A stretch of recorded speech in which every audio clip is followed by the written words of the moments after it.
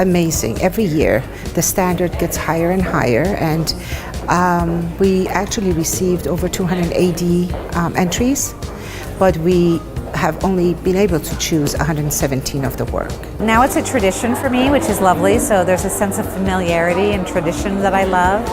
And I think it's an opportunity for us to showcase the college, but then also let the college showcase the talents of our community. So I think of it as a really nice integration of community and college together.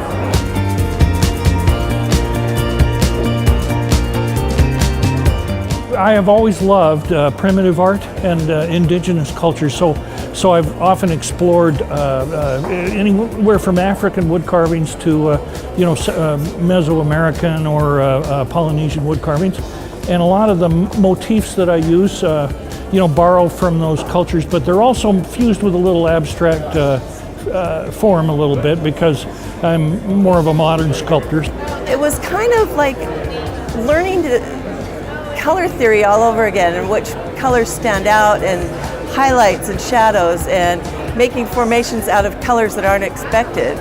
And so when I started with her hair, I just started like, this is so fun, and just wanted to keep going and going and going.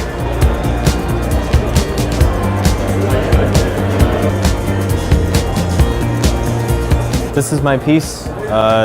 I don't have a title for it yet, so I just did Untitled 2. It's really kind of the beginning of combining all the mediums I really like to do together into one. I see it as a starting point for the stuff I'm doing now. Just with the spray paint as kind of the base, and then I build it with oil and do line work on top of it. The style just really has taken off in the last couple months. It's a quilt pattern that I painted. My grandmother's a quilter, and so I kind of use quilts as a way to explore kind of our heritage and the things that we're passing on to our children. I'm kind of in the throes of motherhood right now, obviously, and so I painted this when I was pregnant with this one and had difficult phases with my other kids, and just kind of thinking about, the bright things that kind of get us through, feeling heartened by, sweet and tender moments rather than getting discouraged by difficult crying spells and things like that.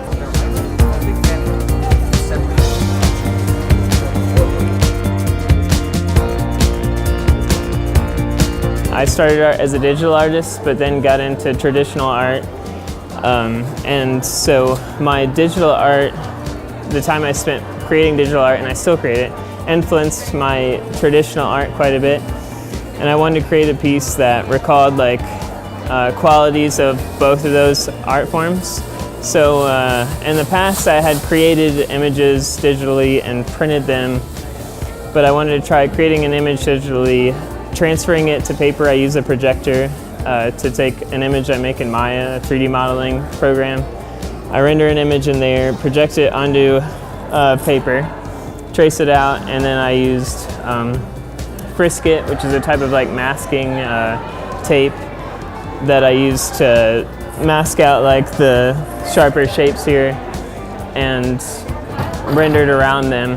All in Her Head is a really fun digital piece that I came up with, and it actually symbolizes the stigma with mental health. And so All in Her Head was inspired through ADHD, and having an exterior and having an invisible disability that you can't actually see, but the beauty of everybody being unique and different is what inspired this piece. Oftentimes people with ADHD are scattered, and so this piece is all in her head.